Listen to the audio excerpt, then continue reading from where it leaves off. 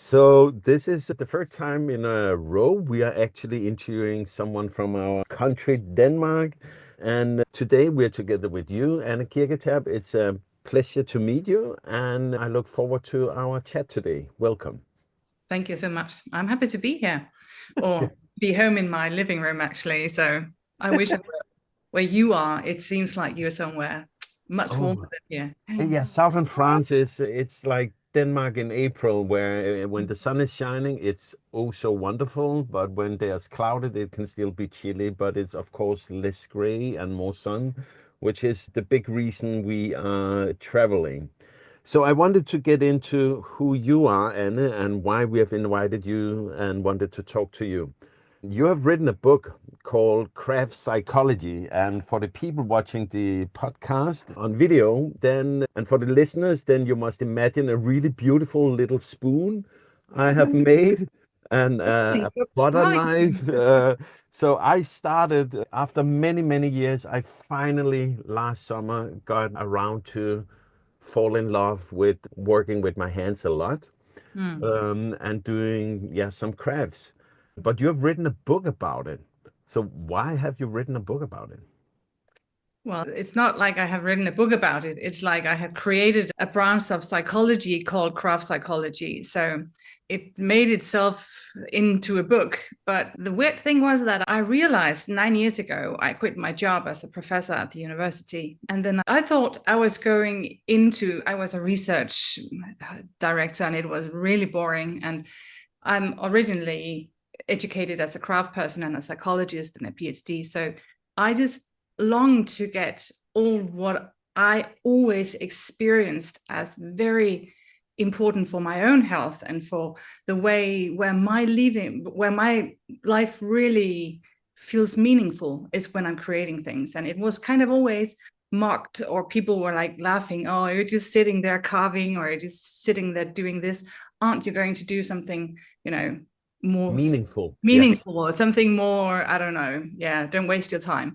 And then I thought 9 years ago when I quit, I wanted to be that place in the world where they were studying health promoting effects of craft. And then I started to Google it and finding out that craft psychology, as I thought my research area would, I was willing to sell everything and go into an auto camper and just be there in the world where they were studying what I thought was already there, craft psychology. And then I found out it's never been formulated. It wasn't there. It wasn't a thing. There was they were selling clothes or something, bed linen or something in California called craft psychology. I don't know why it's called that.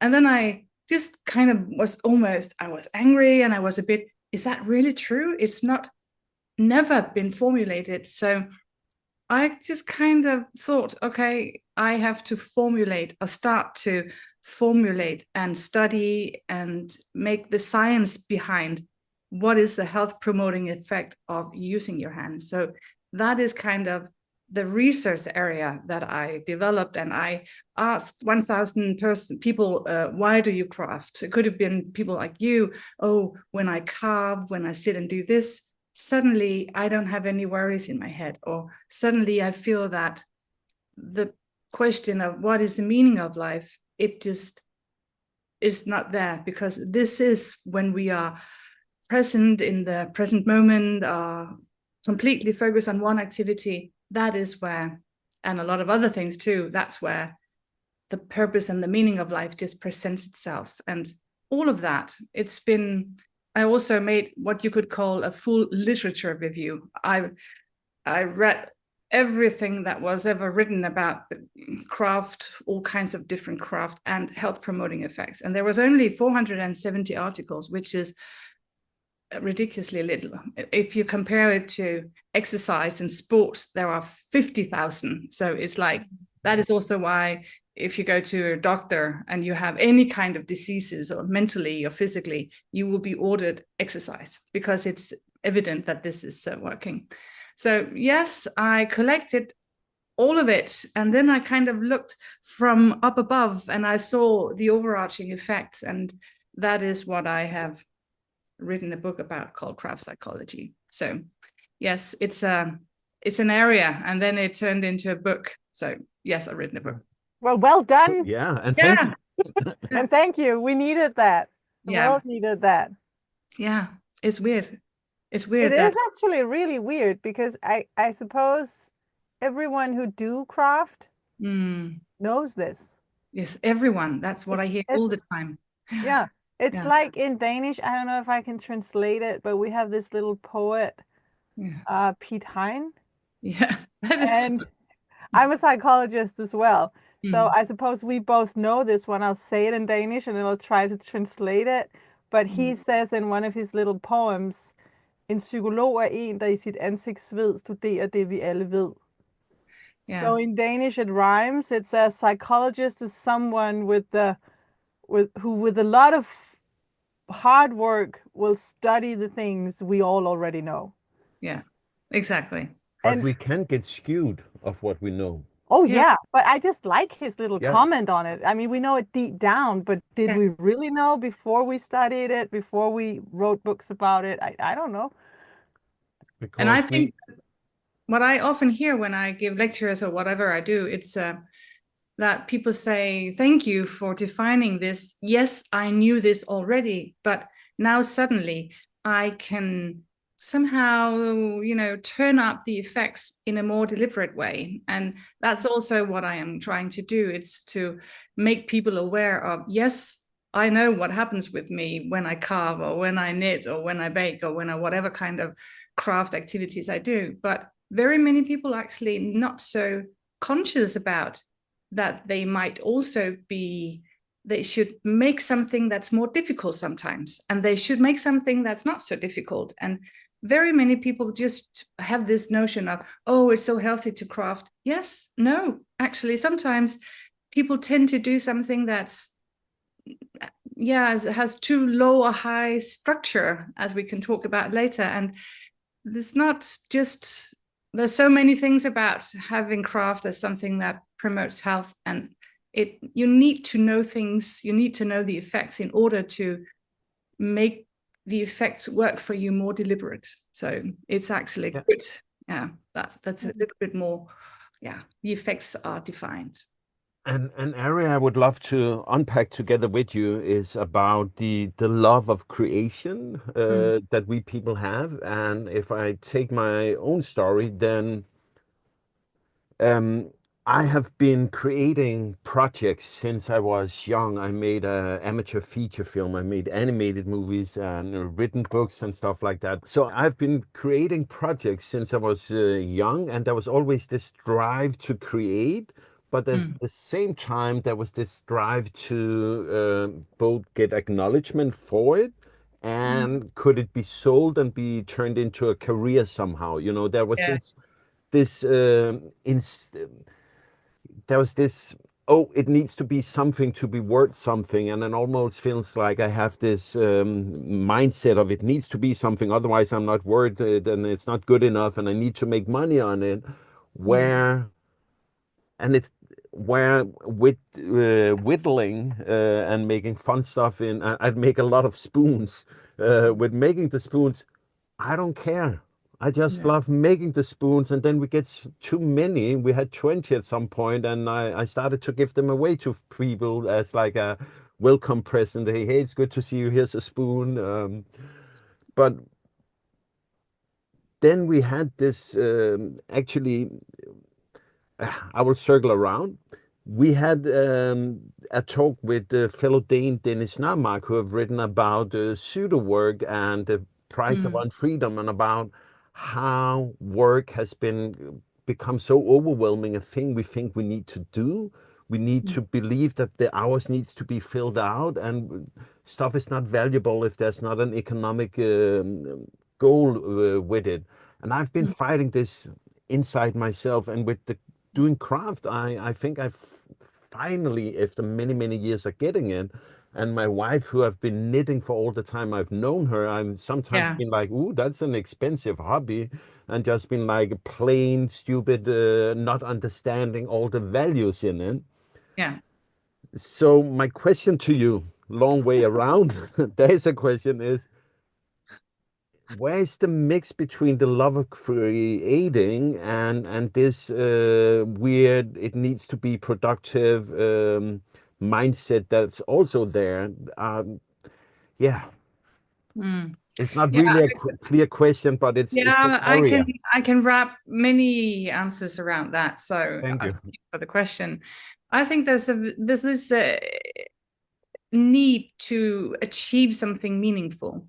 That's one thing that we have always been as a species trying. Our nervous system is created in order to make us dry, warm, and fed. So whenever we are doing something in the world, making an impact on something that will somehow make an impact on this dry, warm, fed, meaning that you are building something to keep you dry and making something that will keep you warm and making some food or something or collecting things that will make you fed. So this dry, warm, fed is like is an instinct in the same way as our need to have kids or need to deliver our genes further in the universe. And also this instinct of keeping dry, warm, fed. So in that sense, you could say work, but I mean, work is not, I mean, survival is not work. It's just whenever I am cooking or I'm building a cave or I am out in the woods and making a bonfire and cooking, that's where very many people feel that this instinct of feeding the need for dry, warm, fed, that's where the purpose of life somehow comes to life. So that's one thing, that our everything in our sensoric and motoric nervous system is just calibrated to somehow keep us dry, warm, fed. So that's one thing why craft is so, it's just an instinct to keep dry, warm, fed. And that's one thing. And the other thing is that until recently, I would say 150 years, everything that we did was kind of dry, warm, fed. Of course, we needed to have sleep and other things, but we learned craft activities in order to have clothes on our body and build houses. And we were preparing food a lot of the time. I mean, someone at home couldn't just buy ready-made whatever. So dry, warm, fed has been until recently kind of why we make craft. And then suddenly we didn't have to. There were very many people who were pre-prepared, and then suddenly we have maybe inactivity in our lives. And I know what this guy that you are talking about, having this is pseudo work, and of course meaningless work where you feel I'm doing something that's completely meaningless. My life is just wasted. I've never ever talk to a person who are making their passion feeling that it's meaningless. And now I'm going to say something, answer your question differently, because what I have been studying is what people would call a hobby-based passion. And I can also see that my research applied to people who's not into craft making as a passion. But if we start with people who actually have a deep passion for knitting or carving or whatever, a passion is defined by that the activity in itself is the reward. So in that sense, it's whenever you're doing it, you're not longing to get it over and done with. You are not, looking forward that, oh, I'm so happy that my sweater is finally over with so I can watch some television. Or when you're carving your spoons, it's the activity in itself that is the reward. And that is what make having a passion for craft also the shortcut to psychological well-being, because all your needs that is in psychological well-being is actually met when you are in something where the activity itself is the reward. And that is why people have hobbies. And so in one sense, I would say that whenever you're doing something that you love doing and you have a passion, that is never the sense of pseudo. That is never the sense of I'm doing a task because I long to get it over and done with. So if we, have a job that feels like a pseudo job and we're just longing to get home and do something that feels meaningful, which would be our hobbies, then that would be different. And I can also see people who are there is this, for maybe 150 years, what we have been maybe starting to do craft for is mainly also the psychological effects, or the sense of community, or the sense of I am giving on the tradition of wood carving onto the next generation. So I have this model in my book where I have found 9 different kinds of purposes of making craft. And the functionality of making craft is only one.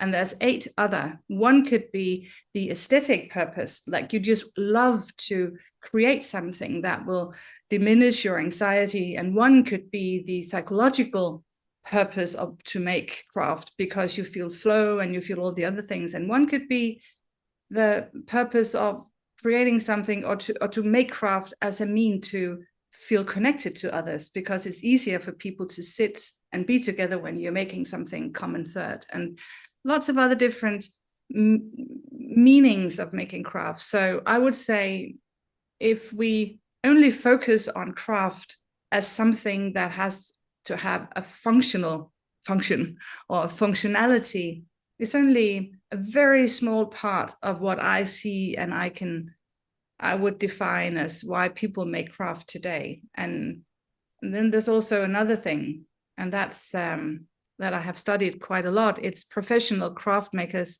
who have this weird thing that I would call they pollute their passion, because sometimes if you start making craft as something that you love, and maybe you go into craft school for 5 years, and then suddenly you find yourself having a shop where you have to make 50 cups, ceramic cups, you have to make them every day. And then suddenly it goes from intrinsic motivated that you love doing it and you had a lot of very nice psychological effects with it, and then suddenly it becomes something that you are longing to get over and done with. It's no longer, you don't experience flow, it's too boring, and you don't have this repetitive movement calming effect in your body, because you might actually sit and worry and you don't really feel this is very purposeful and so on. So this, if you pollute your passion, then not even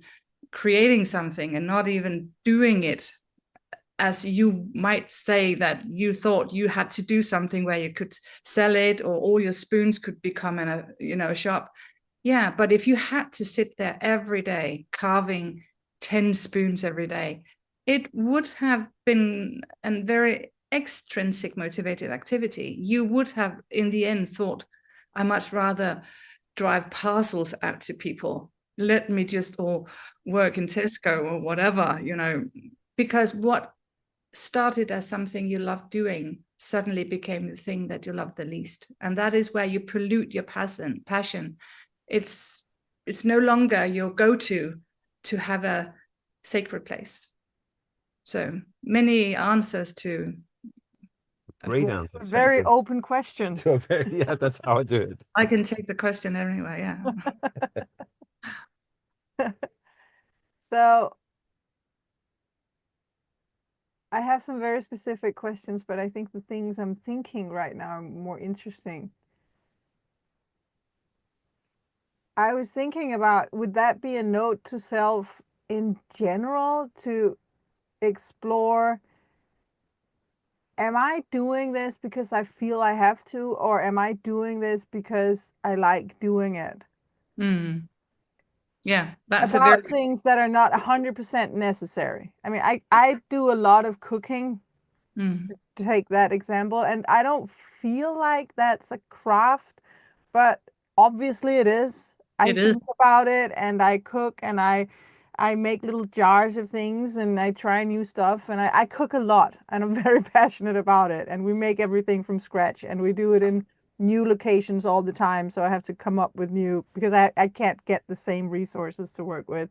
whenever we move, and you know, all these things. And we also have a lot of allergies I have to work around, and so I do that, and sometimes I just love it. It's amazing, and everything is shining, and I have little jazz music going on, and and sometimes I'm like, fuck, I spent 4 hours in the kitchen today, and it's all greasy, and I just wanted to read my book, and why am I doing this? Yeah. Yeah. So it becomes a chore because I also have a family to feed. Of course. And I'm just thinking that and many other things we fool ourselves to think that we have to do. If we could get back to the passion about, because most likely, didn't we start the idea of doing these things? Yeah, because we loved it. Yeah.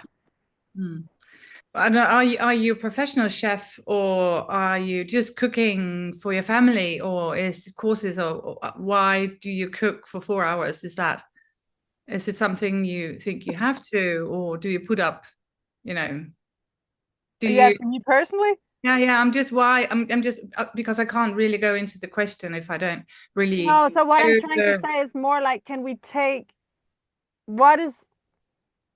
I thought it was very interesting when you talked about how you can pollute your passion. Yeah.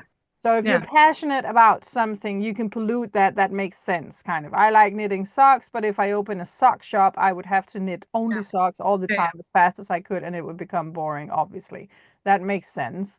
Can we take that knowledge of polluting the things we do and learn from that and put it into other areas of life that are maybe not considered hobbies? Yeah. I mean, everything that I found out about the health promoting effect also apply to the professional craft person, the carpenter, the chef, the whatever. But the thing is, the reason why I asked you was that very often people can actually get into flow, and they can have all these amazing effects, even if it's paid for, even if they are professional chef or they are professional carpenter, whatever.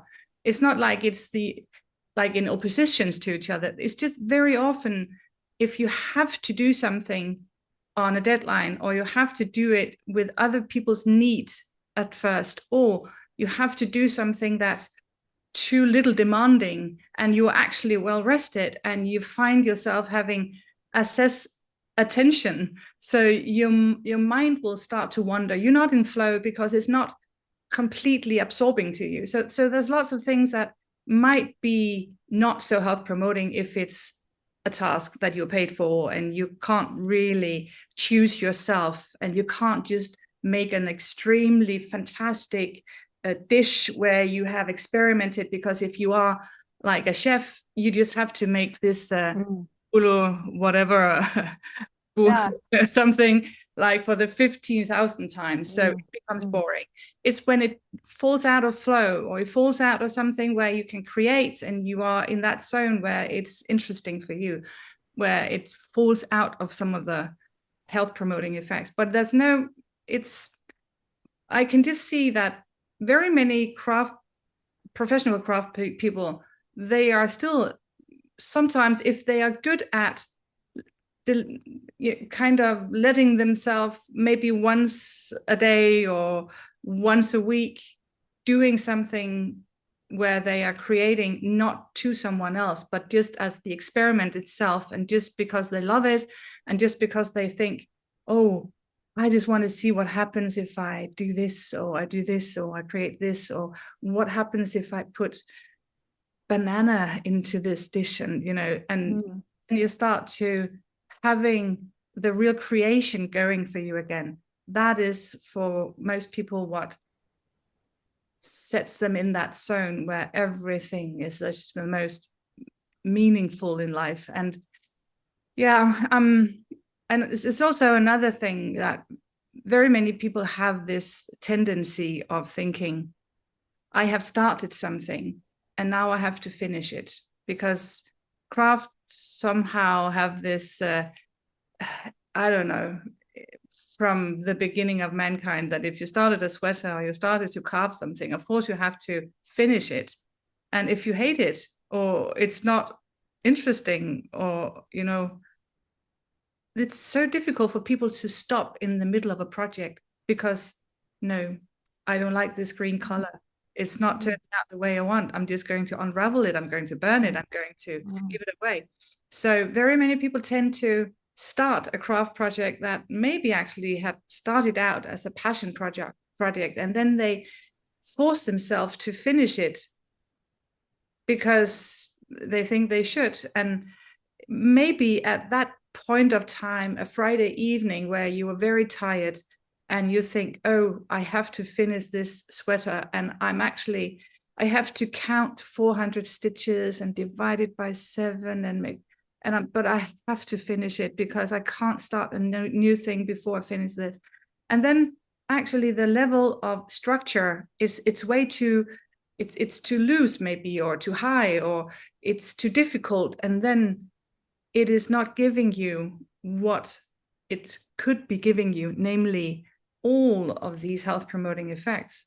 And then you are on a small scale actually not, it's not like you are being unhealthy or you are making yourself stressed, but you are definitely not gaining what could have been gained, namely stress reduction and a sense of achieving something that is meaningful and everything else. So my advice for people who are not professional craft persons is you should always have at least 10 things going on at the same time, because one thing can never ever give you the same effects. So if you only have one thing going and you have on an average day or on an average week, are you listening? No. It's so important, because if you only have one thing and you have different energy levels all the time, I mean, from when you start the morning till the evening, or in a week, maybe you were just in a very stressed period of your life. And if you only have one thing, it's very unlikely that that one thing has the difficulty level that fits you. So of course you need to have 20 or 30. I have 30 things. And it almost sounds like you have giving a lot of people excuses for just hanging out and doing a lot of projects here. But why do you say that as a bad thing? As bad, yeah. You have somehow here your contentment that you are, yes, of course, I'm making an excuse for people to pursue whatever they love doing, instead of polluting what should be giving them a meaningful hour of sensing, cultivating positive emotions and giving them flow and having a relaxation response and achieving something meaningful and really, feedback to their sense of passion, and therefore undermining or filling up their psychological needs. And that is why we need to have a hobby. So if having a hobby suddenly feels like just another task I have to get over and done with because I have started this and it looks like a mess if I don't finish it, and I'm a messy person because someone like you, Jesper, said that, oh, you have way too many projects, aren't you going to finish them? My mother once said that to me. I have a whole wall. I have a wall with 30 different projects. So, and I have made a system of high and low structure, and I have made systems of what and where and how I can use them. So I can always pick something that will suit me. And once my mom, said, like you did, like, aren't you going to finish all this? And I just took out the sweater and I just cut it in two half. It's finished now. Because it's not what it's about. I mean, no. I have maybe 30 sweaters. It's not like I'm knitting sweaters because I am cold. I'm not cold anymore. I have enough sweaters, and it's just not, I'm not in the game because I miss a sweater. It's not the functionality that is the purpose. I also sometimes says to people, if you are sitting a Friday evening and you're drinking a bottle of wine, let's say it costs, I don't know, 70 euro or whatever, and you're not sitting there drinking it and thinking about, oh, what a waste, I have to go to the toilet and pee in a minute. you're enjoying the process, even though it costs £7. Or if you go to a restaurant and you eat and you enjoy it and you are paying, I don't know, $100, £100 or whatever, and you don't sit there and being, pondering about, I have to go to the toilet and, Get rid of all of that. Get rid of all this. It's just a waste of money. No. Yeah. And in the same sense, we could just carve a spoon, knit a sweater, or do whatever we like and just be in the process. And actually, in a very radical thing, we could just burn it. But that would feel stupid. But of course, we shouldn't burn it. But if we are in it, because when I experiment with a new pattern, or I also make a lot of woodwork, I love to learn new things, and I build houses and I love it. And of course, I'm not burning down the house afterwards, but it's just amazing just to learn new things. And sometimes I'm just doing new techniques, because when I have to count and I have to learn something new and I have to really get intensely focused, that is where the amygdala is 100% not spiraling up all the adrenaline and everything else. We have zero stress response in our body when we are creating things. So it's also my medicine. I have a lot of tendency to be stressed because I'm a very, my mind drives very fast. I'm better now, but I used to. And whenever our hands, whenever we are creating something, it doesn't have to be intensely difficult, but then we use a completely different area than our anxiety spiral, our amygdala is seated. So it's that is why mainly I'm in the game. It's to promote stress. I've noticed you use the concept of flow a lot during this conversation, and as we have both read Mihaly. Csikszentmihalyi. Yeah. Wonderful book, difficult name. I rehearse saying his name whenever I need to say it. I read the book when it came out when I was a teenager, and I've recently read it again. And so I'm very familiar with his work, but I hear that you're using the flow. Yeah, it's one of the foundations. So, but maybe for the listeners, should we talk a little bit about what flow is, how it works, why we study it, and Flow is the psychology of optimal experiences, and it's not directly, it's not been studied because of craft. It's optimal experiences, and it feels in the body when you are in flow as meaningful self-forgetfulness. That's how it feels in the body, that it's meaningful, and you forget yourself, you forget time, you forget everything. And it's a theory that describes how, if you have a perfect sense of that your skill equals the task, if you have a task, if some kind of task is given to you, whatever it can be, and you have the perfect amount of skill to match it, so there's a balance between your skill and the task ahead of you, then it's not too difficult. So you will start to feel that you feel, I'm stupid, I'm not good enough, I can't do this, this is way too difficult for me. Or the other hand, it can be boring, where your skill level are much bigger than the task. So then you would be bored. And if you are bored, you will have what I call access attention. We all know that if you're sitting somewhere and the conversation or whatever, the meeting we are in is boring, then we will start to zoom out. Our excess attention will have, we will always do that. That's what we do as human beings. Our left side of the brain will start to construct things, and we will start to, what I'm going to do tonight, and have I bought these, whatever. And that is where we can start to produce what is called an internal stress response. It's actually where you can imagine very negative things. So even being bored, people would think that being bored is relaxing, but it's not, because very often we tend to use our excess attention to create anxiety or create something that we are worried about, because that is our negativity bias going. We will probably do that. So the only place which is not very instinctively understandable. It's not intuitively something that people understand, is where whenever there is a balance between skill and challenge, then there is no need for the body to produce any stress hormones. It's actually the only place where we don't have any stress going on in our body.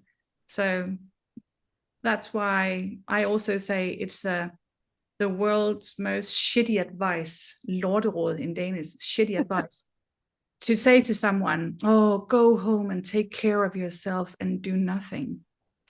And that is maybe where this pseudo work guy, sometimes I can be this promoting or somehow saying doing nothing is good or not working is good. Of course, not working doesn't mean that you are inactive, but not working could mean that you're not doing something that is meaningless or feels pseudo. So I would say that if we are not working and we get the advice, go home, take care of yourself and do nothing, I would say instead, the good advice would be go home and do something that is perfectly balanced. So do something that you like doing, that has the perfect fit between skill and challenges.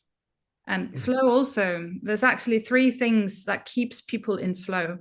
The one thing is this balance between skill and challenge. And the other thing is that there need to be proximal goals, meaning that everything that you do needs to lead to the next logical thing.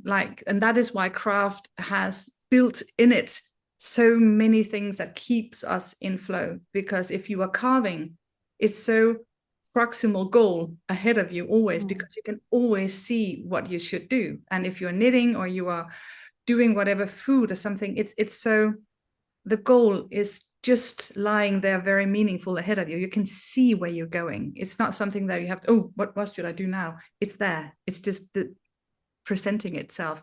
And the third thing is that you need to have feedback, either from someone or preferably from the material itself. You can see, am I on the right track?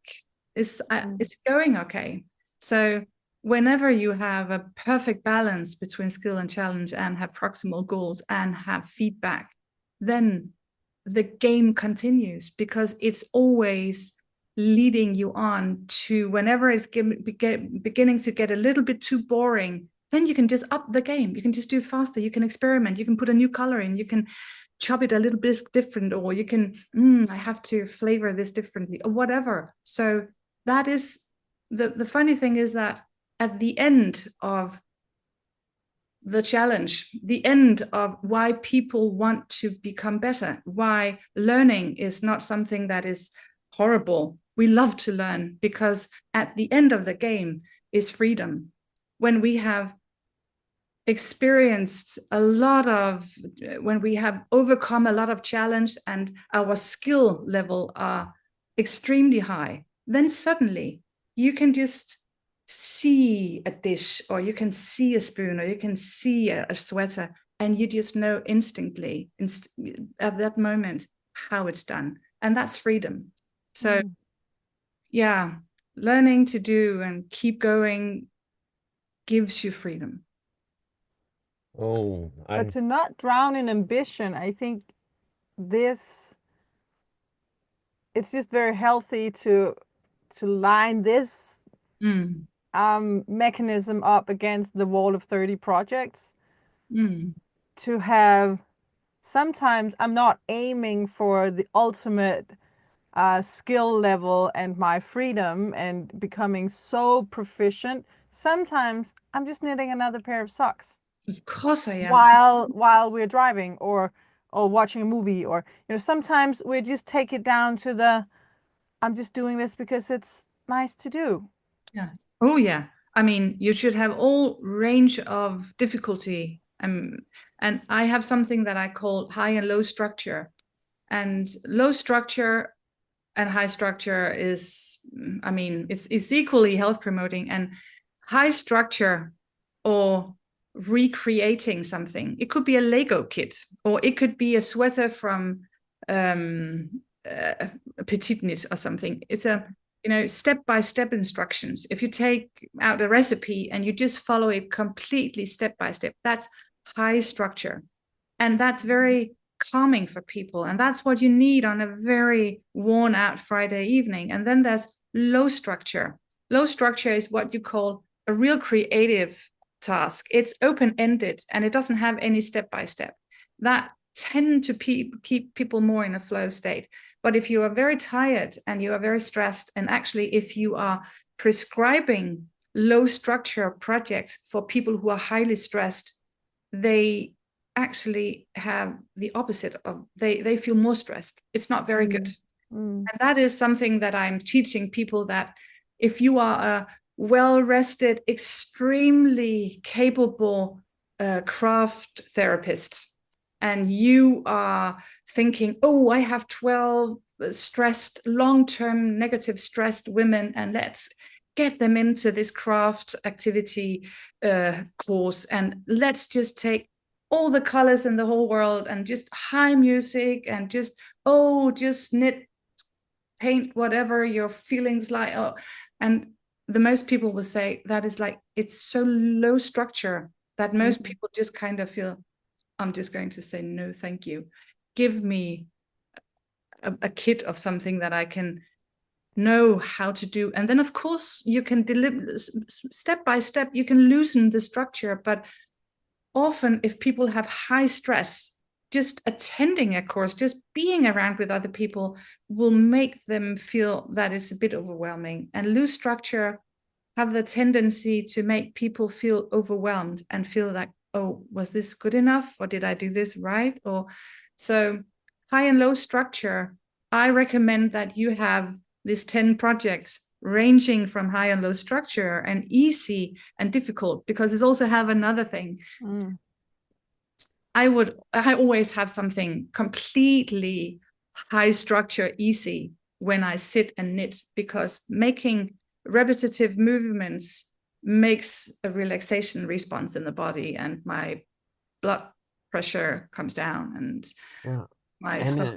I have a question about our hands, because I have been creating since I was young, as I mentioned, books, movies, different kind of things. And in my work, I'm creating all from campaigns to websites to you name it. But that is mostly mind creating, and I'm using my mind.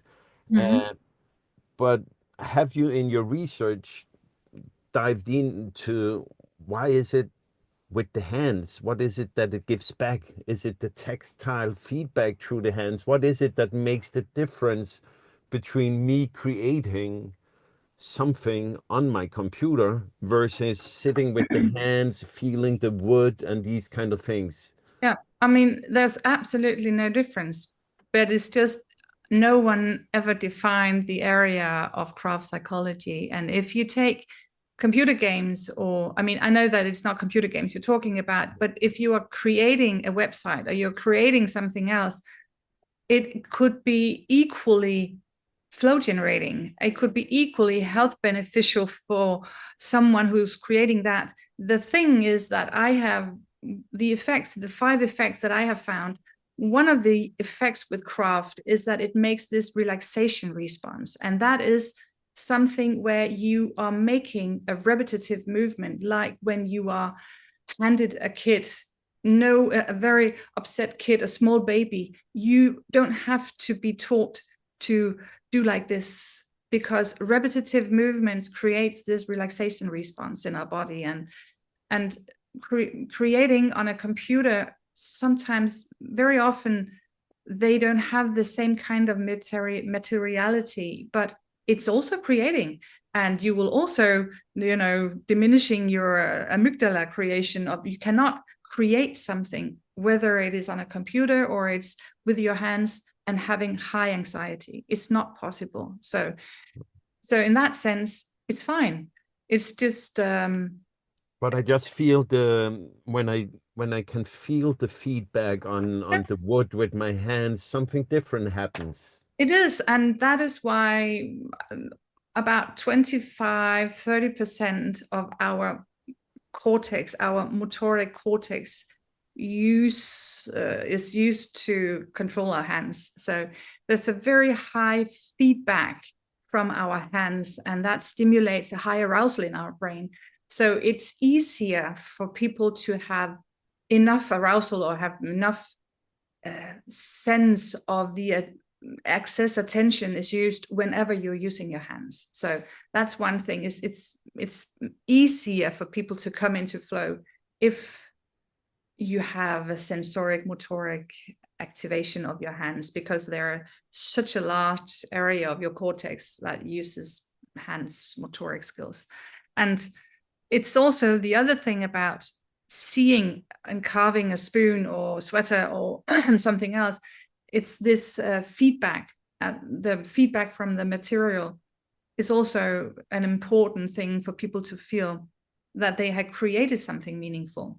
And that's the fifth effect, that all these micro success experiences that people can see, that one carve or one, what's it called, whenever you do it, or whenever you knit one stitch, one repetition, yeah, you can actually see from the beginning to the end how well you're doing. It's an obvious and it's a tangible objects where you can see your progress. And there's not that many things where you can actually see how well am I doing. I can see from the beginning it looked like shit, and then half an hour later I can see there's a spoon, there's a row, and all these micro success experiences, that produces a lot of these dopamine hormones that we can, wow, I did this, I did this. And so it's tangible in a way that very few other things are in our lives. You can see the progress, you can have micro success experiences, and that is what builds self-esteem. I was curious to the list. You said you have found 5 effects, and then you said 1, and now I'm ready for 2, 3, 4, 5. I have this in my book. I have this model, and I don't know, maybe we can present it. Yeah, if you send a PDF, we can. Yeah, because that is kind of everything that I did combined in a model, so it's easy for people to see. And one of the effects is, or the biggest effect, is flow, and the other big effect is calmness. Where these repetitive movements and everything that might be high structure, easy, where you are using your excess attention and you can use it as a mean to be with others and so on. That is the other big effect. And the third big effect is positive emotions.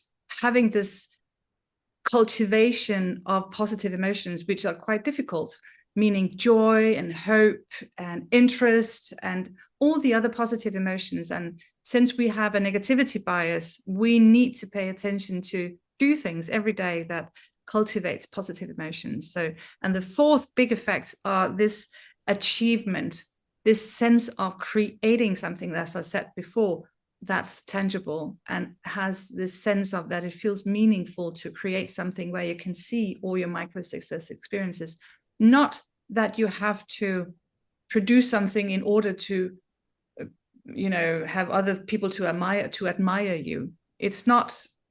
Then actually, if you're only doing things because you hate it, so you can post it on Instagram, then it's not longer. Then it's not an intrinsic motivated activity. Then it's no longer a passion, and then you are slowly, polluting your passion. So you shouldn't do something just to get it over and done with, and just so you can have likes. Then stop doing it. Stop yourself, because it's a pity. And the fifth effect is capacity, and it's only a theoretical effect actually, because you cannot. But it's how the brain works, that every time you learn something new, the synaptic connections are built. So the brain works like with, use it or lose it. So if you have a deep passion to learn something new, it's also like through science, you can just see that people who keep learning new things, new difficult things, have a later onset dementia.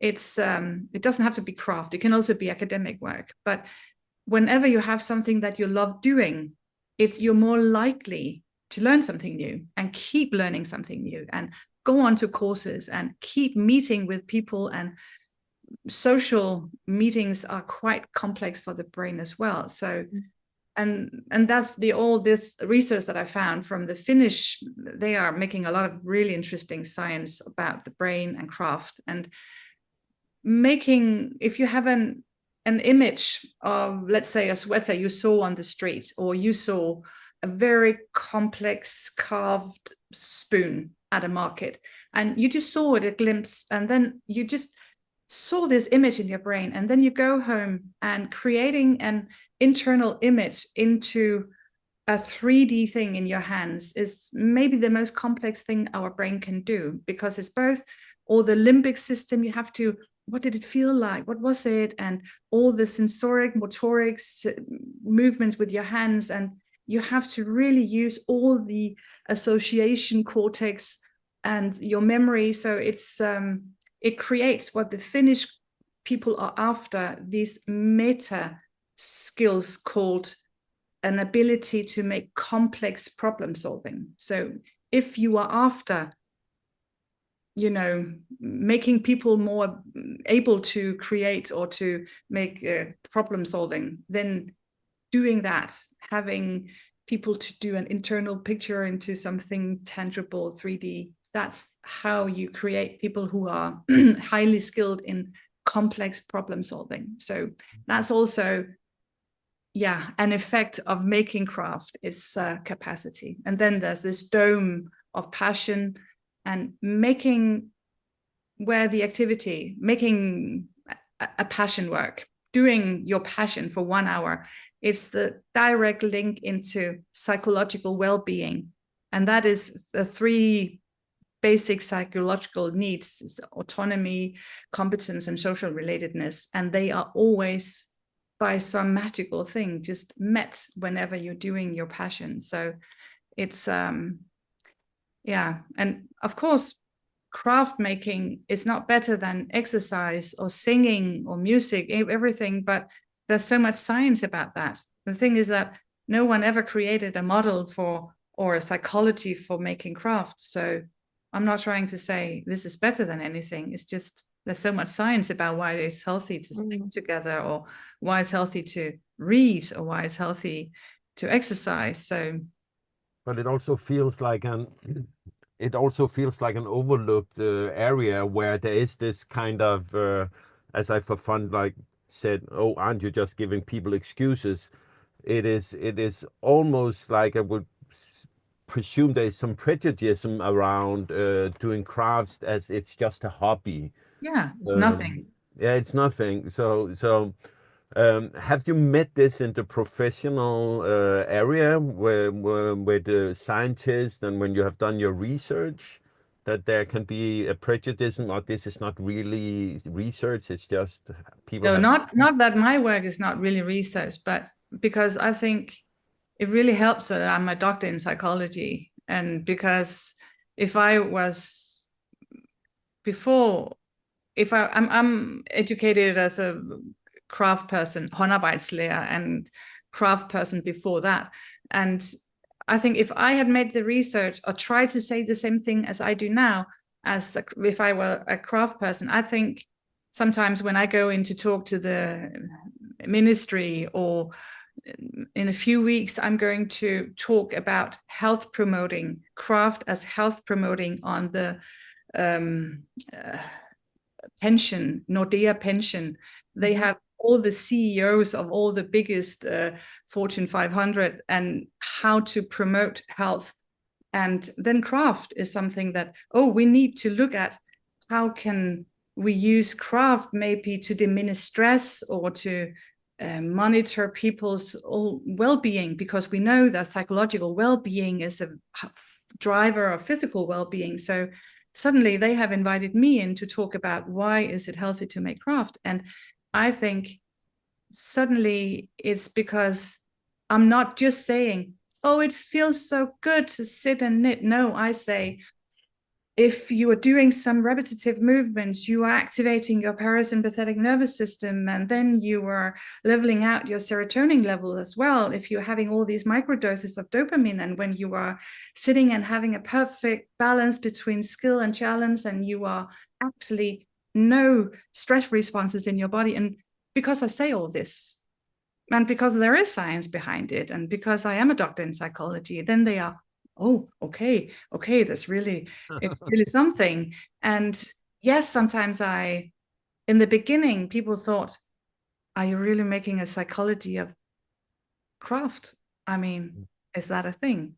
And now, 9 years later, the book is out in the whole world, and I have educated 31 foundation programs in craft psychology, and people are using the word craft psychology, and it's, yeah. And are we men opening up for it? My prejudice is that it's more women who are naturally inclined to do craft work.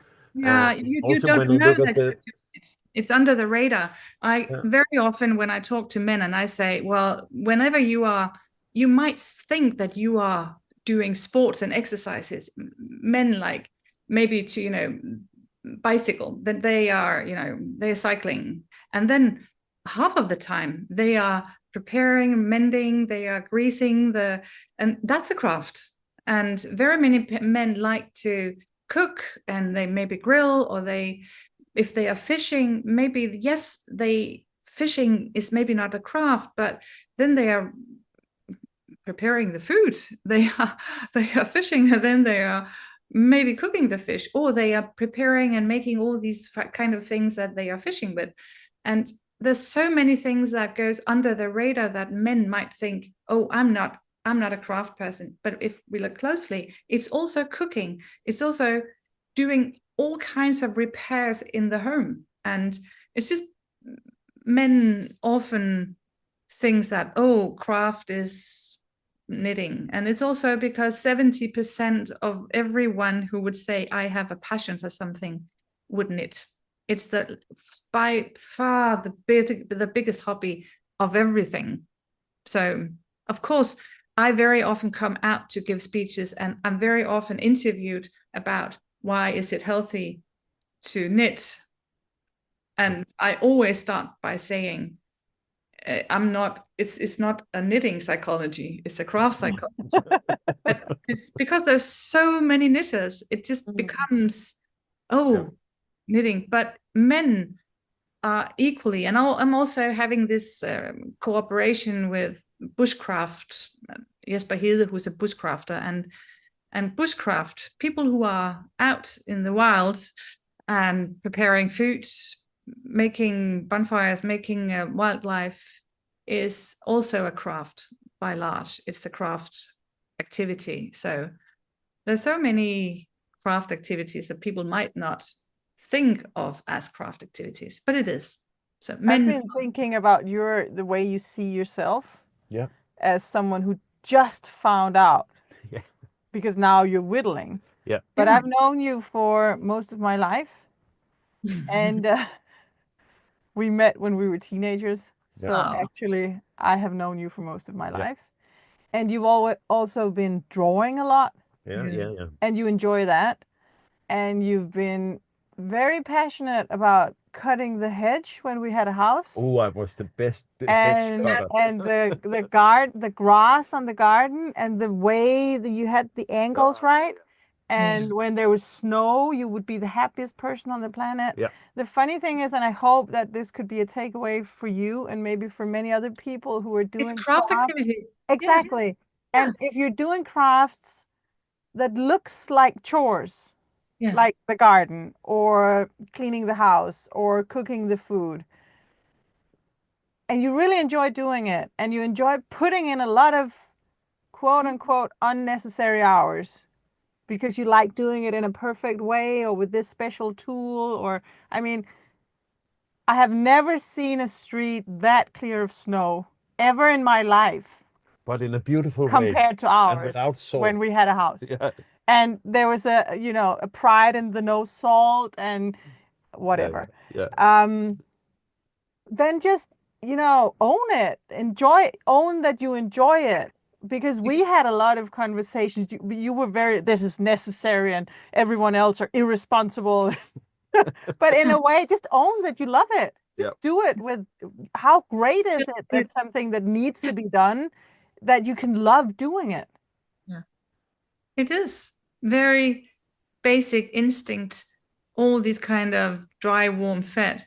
And everything that we do in our home and in our houses are, of course, if we love doing them, and shoveling snow or moving the lawn or cutting the hedge, whatever, it is so basic craft activity. And everyone would say that suddenly, oh, 4 hours have passed, and just bit by bit, you can just get into this movement of making the same perfect movement that just feels the same sense.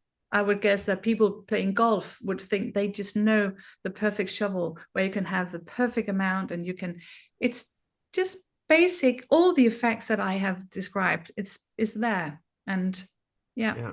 But I think we have that Christian moral kind of layer coming on top of things, and maybe the whole confusion with the monetarization, that was a hard word, of things, that we have this, we have to be busy and productive and do hard work in order to be good people. So we can all have a tendency to fall into the trap of explaining, oh, I knit socks because my kids, they have very sensitive feet and they can't wear normal socks, and so I have to do it. Or, but it's very important for the hedge to be cut in this specific way because otherwise it will not bounce back next spring, whatever. And, you know, you can always come up with these explanations that has to do with necessity and has to do with money.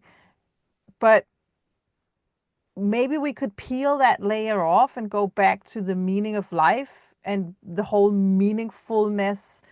Are we allowed to be, is it okay to be happy? Just be happy to be happy with no other reason than I want to be happy?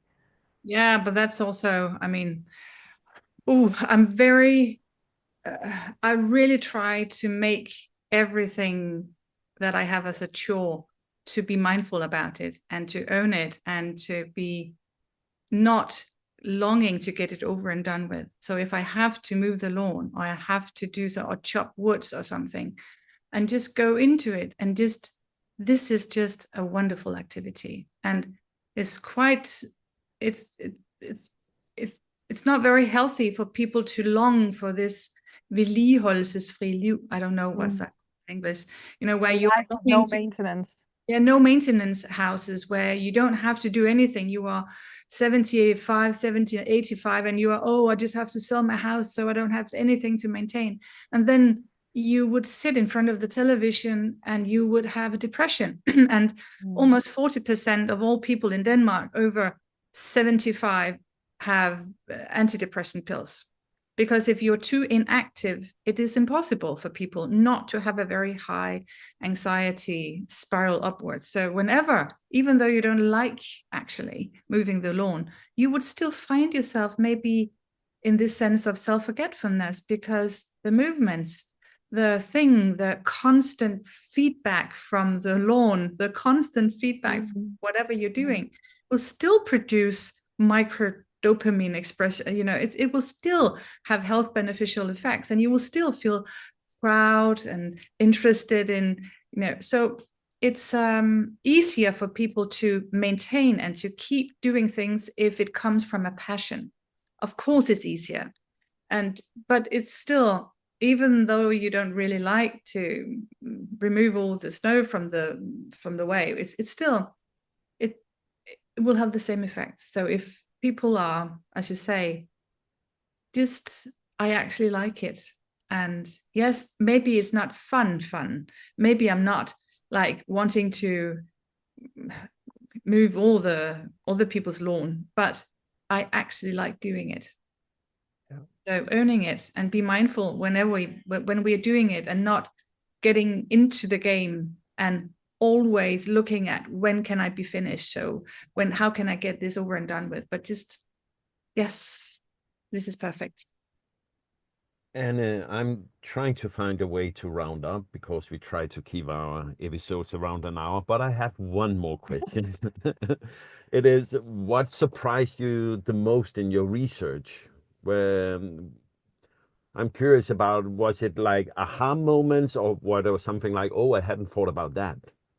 Well, there was maybe the biggest aha moment was that I structured, or I found out that there are equally health benefits from what I call this recreational and creative, meaning the high and low structure, because there are so many people who admire people who are designing themselves, and oh, it's so much finer, and oh, I'm just knitting after a pattern, or I am just doing Lego.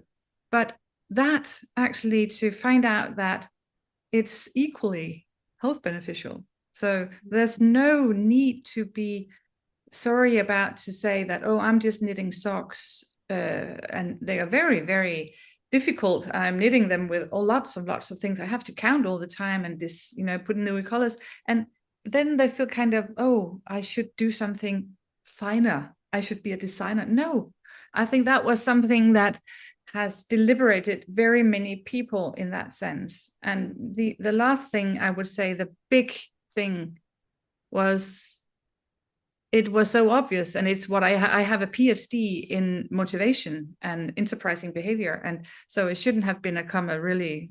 But what I found was that all the things that people would talk to me about, having a passion, I never actually quite thought of people have a hobby, a passion, because it's a shortcut to psychological well-being. I never actually, I knew that being intrinsic motivated is where you have fulfilled your basic psychological needs, but I never actually made the connection of, oh, yes, that is why people have a hobby, because they feel autonomous. They have completely sense of freedom and voluntarily freedom, and they feel completely competent, and they have this very easy way to feel connected with other people and to do something for other people so they would feel connected. And wow, it's just that is why people have a hobby, to have psychological well-being. And yeah, that's maybe a very weird thing to have a epiphany about. Oh, that is why people have a hobby. It's because they feel they have psychological well-being. Yeah. No. No, but we're back in that Danish little poem, the Kruk thing. Yeah. We study the things we already knew, and I think I get it in a way. Why is that a surprise? But in a way, it is a surprise. Yeah. Yeah. And it's so important for us to do it, and to do it when we are the most energetic. And I always say that you should do your hobby the hour after you come home, or maybe the first hour in the day. So you don't wait to do your hobbies when you think you have done all your chores, and then after 9 o'clock or 10 o'clock in the evening, you think, I'm going to do my hobby, but then you're too worn out, and then you don't do it at the level that could actually spark all the health beneficial effects. So do it, because it's equally important as physical exercise. It's the way to spark psychological well-being, and it's so important for our physiological well-being to have a high psychological well-being. So Absolutely. And for people who wants to get to know more about craft psychology, or maybe even want to work inside the field, where can they find you? How can they dive deeper into it? Can you mention a little about that? Yeah, of course. I have written a book, and the book is out everywhere in English, also in Danish, and I've just made an audiobook in English as well. I also have an audiobook in Danish, and on my webpage, craftsperson.com, you can find much more about things, and we are coming out with lots of short videos of how to make craft activities to maybe dampen stress, so it's become a little bit more therapeutic, how you can use craft exercises in specific areas. Yeah, so that's also coming, but that will be on my webpage, craftsperson.com. So that seems easy. Let's put it in the show notes in case, but yeah, not hard to No, remember. I could keep on talking, Yeah. but let's close down. So I would say, Anne, it has been really a big pleasure talking to you, and it have given me some more peace of mind doing my things, and I will walk away very inspired from this. Thanks a lot for your time. Thank you so much for having me here. Thank you. It's been a pleasure.